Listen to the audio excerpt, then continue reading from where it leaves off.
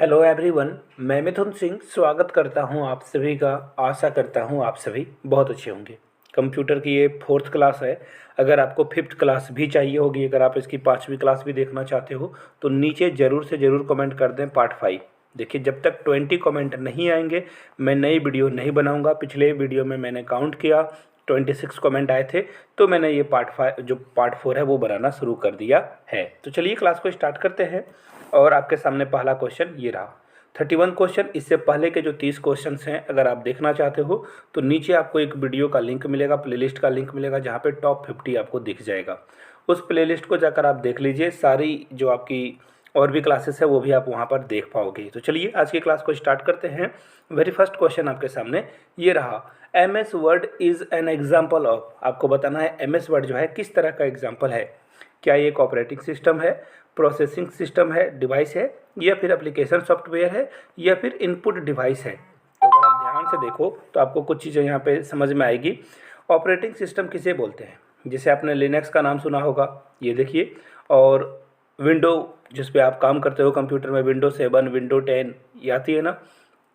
इसके अलावा आपने एप्पल का नाम सुना होगा, वो iOS पे चलती है। उसी तरह से जिस मोबाइल से मैं काम कर रहा हूँ ये एंड्रॉयड है। तो ये सारे फंक्शन क्या कहलाते हैं? ये सारे फंक्शन जो हैं कहलाएंगे आपके ऑपरेटिंग सिस्टम। यानी कि ऑप्शन ए तो आंसर तो होगा नहीं, क्योंकि ऑपरेटिंग सिस्टम MS वर्ड होता नहीं है। अब देखिए, प्रोसेसिंग डिवाइस किसको बोला जाता है? CPU को बोला जाता है आपका प्रोसेसिंग डिवाइस, तो ये भी नहीं होगा आपका। अब देखिए, इनपुट डिवाइस किसे कहते हैं? इनपुट डिवाइस में देखिए कौन कौन आता है। और बहुत बार एग्जाम में क्या करेगा, आपसे एक एग्जाम्पल आपको दे देगा और पूछेगा ये इनपुट है या आउटपुट है। तो यहाँ पे आप कुछ जो है एग्जाम्पल्स देख सकते हो। पहला एग्जाम्पल क्या है? प्रिंटर का। प्रिंटर क्या है? देखो, प्रिंटर से आप कुछ प्रेस करते हो तो अंदर हरकत होती है क्या? नहीं। आप अगर Ctrl+P दबा दोगे तो आपका प्रिंट आउट निकल जाएगा। यानी कि ये क्या है? आउटपुट डिवाइस है। प्रिंटर क्या है? आउटपुट डिवाइस है। इनपुट डिवाइस में देखिए, यहाँ से आपको एक इमेज दिख रही होगी कीबोर्ड की। ये कीबोर्ड आपका इनपुट डिवाइस है। यहाँ पे आप जो भी कमांड प्रेस करते हो आपको जो है अंदर में हरकत होती हुई दिखेगी। तो ये क्या है? इनपुट डिवाइस है। उसी तरह से जॉयस्टिक हो गया, ये भी क्या है? एक इनपुट डिवाइस है। इसी तरह से मॉनिटर क्या है? आउटपुट डिवाइस है। अगर बात करूँ स्पीकर की, वो भी आउटपुट डिवाइस है। चलिए आगे बढ़ते हैं। फिलहाल आंसर इसका जो है वो मैं बता दूं, एप्लीकेशन सॉफ्टवेयर है क्या? MS word.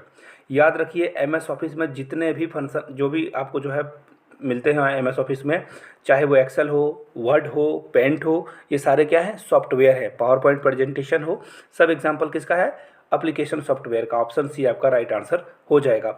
आगे बढ़े उससे पहले एक छोटी सी सूचना, 99 रुपये में 99 में आप previous year question paper plus मेरे हैंड रिटन नोट्स एक्वायर कर सकते हो। आखिरी समय में है इसलिए मैंने प्राइस को थोड़ा डाउन कर दिया, ताकि सारे लोग जो है रीच आउट कर पाएँ और आखिरी समय में उलट पुलट कर इंपॉर्टेंट चीज़ों को देख पाएँ।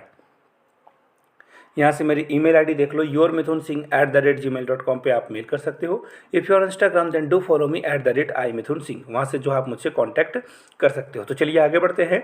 और ये तो MS वर्ड के बारे में मैंने आपको बताया। अब बात करेंगे वर्क बुक के बारे में। तो देखिए, वर्क बुक क्या है? सबसे पहले यहाँ से देख लो आप, मैंने क्या बताया आप लोगों को? अभी तुरंत बताया था ना, MS Excel, MS PowerPoint और MS वर्ड। ये किसके अंतर्गत आता है? MS ऑफिस के अंतर्गत ये सारी चीज़ें आपको देखने को मिलती है। चलिए, अच्छी बात है। लेकिन एडोबी रीडर भी क्या है? एडोब रीडर या एडोबी बोलो, जो भी आप पढ़ना चाहो। एडोब रीडर जिस पे मैं वीडियो बना रहा हूँ ना, ये एडोब पे चल रहा है। यानी कि ये क्या है? ये भी एक सॉफ्टवेयर है। अब तो दिक्कत क्या आ गई कि चारों सॉफ्टवेयर हैं, लेकिन वर्क बुक जो है ना आपको कहाँ मिलेगा? ये मिलेगा आपको MS एक्सेल में। यहाँ से फ़ोटो देख लो आप। ये जो काम मैं कर रहा हूँ ना, ये सीट जो आपको दिख रही है, ये एग्जाम्पल है वर्क बुक का। ये ग्रिड को क्या बोला जाता है? वर्क बुक बोला जाता है। यानी कि आपको वर्क बुक कहाँ मिलेगा? MS एक्सेल में मिलेगा। यानी कि ए आपका करेक्ट आंसर हो गया। चलिए आगे बढ़ते हैं नेक्स्ट क्वेश्चन की ओर। आपको बस बताना है कि सर्वर, जो सेंट्रल सर्वर होता है कंप्यूटर का, जहाँ से क्लाइंट को कनेक्ट किया जाता है। सबसे पहले एक फ़ोटो देख लो आप यहाँ से, ताकि चीज़ों को समझ पाओगे। फोटो आपने देख ली। यहाँ पे आपको एक कंप्यूटर दिख रहा होगा और 3 कंप्यूटर दिख रहे हैं, जो कि जिसे क्लाइंट हम लोग बोलेंगे। और ये जो फाइल सर्वर है ना, वहीं से सारी चीज़ों को देख रहे हैं। सपोज़ कर लो आप इस वीडियो को देख रहे हो, सही है। आपका भाई जो बहुत दूर दूसरे शहर में है वो भी इस वीडियो को देख सकता है। आपकी चाची, फूआ, ताई, कोई भी हो इस वीडियो को देख सकता है। आपके हस्बैंड, गर्लफ्रेंड, बॉयफ्रेंड, व्हाटएवर, सारे लोग इस वीडियो को देख सकते हैं। इसका मतलब क्या हुआ कि ये क्या है? एक फाइल सर्वर है, जहाँ से आप लोग क्या हो? क्लाइंट हो।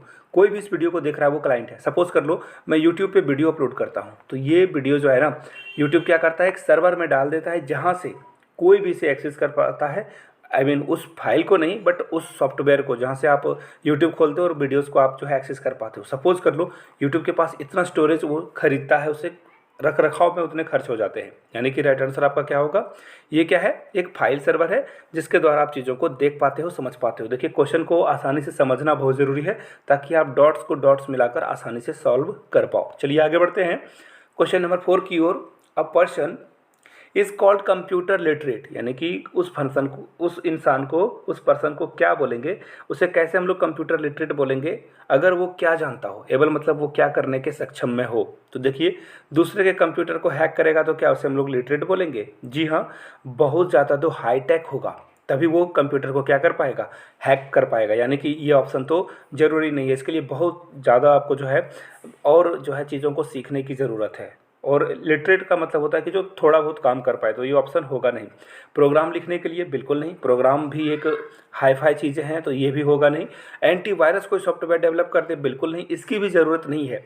अगर आप सिंपली कोई भी एप्लीकेशन को चला पा रहे हो, आप कंप्यूटर लिटरेट हो। एमएस ऑफिस में जाकर अगर आप एक्सेल में एक्सेल शीट बना रहे हो, मार्कशीट बना रहे हो, या एमएस वर्ड में जाकर आप कुछ लिख रहे हो, लेटर लिख रहे हो या ईमेल लिख रहे हो, व्हाटएवर कुछ भी यूज़ कर रहे हो, आप कंप्यूटर लिटरेट कहलाओगे। पावर पॉइंट प्रेजेंटेशन में जाकर जैसे मैंने ये स्लाइड बनाई है, आप स्लाइड बना सकते हो, तो आप क्या हो, कंप्यूटर लिटरेट हो। यानी कि ऑप्शन ए आपका क्या होगा, करेक्ट आंसर हो जाएगा। चलिए बढ़ते हैं अगले क्वेश्चन की ओर। उससे पहले मैं आप लोगों से चाहूँगा, एक छोटी सी आप लोगों से फेवर चाहिए होगी मुझे। इनपुट डिवाइस के 5 एग्जाम्पल बताइए, आउटपुट डिवाइस के 5 एग्जाम्पल बताइए। जॉयस्टिक क्या है, इनपुट डिवाइस है या आउटपुट डिवाइस है? मैं देखना चाहता हूँ कितने लोग सचमुच में पढ़ाई करते हैं और चीज़ों को समझते हैं। नीचे कमेंट करके आप ज़रूर बताइएगा, आपको हार्ट जरूर मिलेगा मेरे द्वारा। चलिए आगे बढ़ते हैं नेक्स्ट क्वेश्चन की ओर। Which of the following is not an application software? अभी मैंने बताया था ना एप्लीकेशन सॉफ्टवेयर। सबसे पहले तो क्या है, एमएस ऑफिस के जितने भी आते हैं सारे क्या है, सॉफ्टवेयर हैं।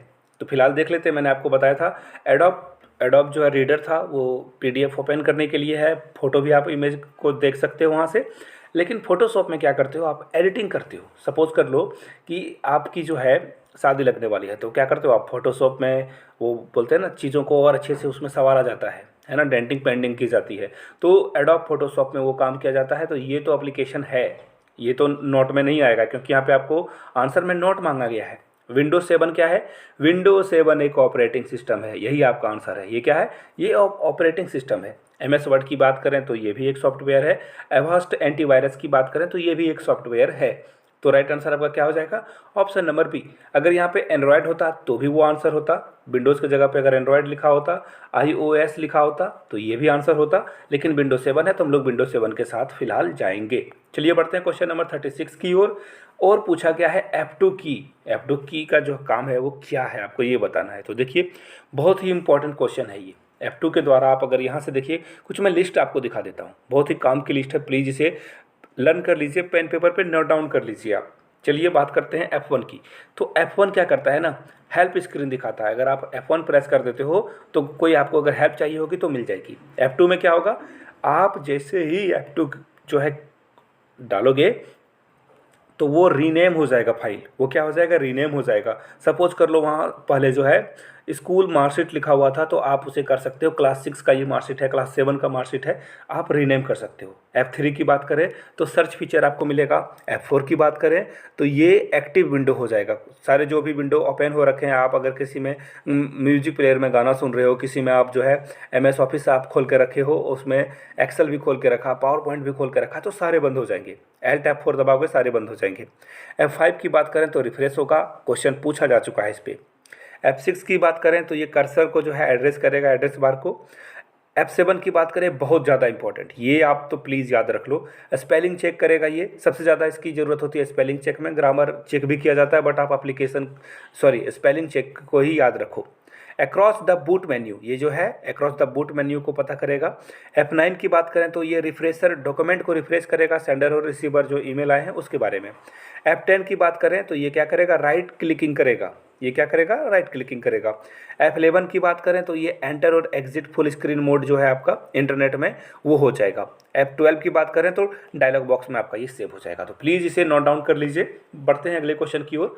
हार्ड डिस्क क्या है, देखिए ये ऑप्शंस आपको देखकर ना बहुत डर लग रहा होगा कि ये क्या है। तो सबसे पहले मैं बता दूं, अगर मैं इसे बोल दूं ये सीडी है, जी हाँ सीडी आप लोगों ने पहले देख रखा होगा।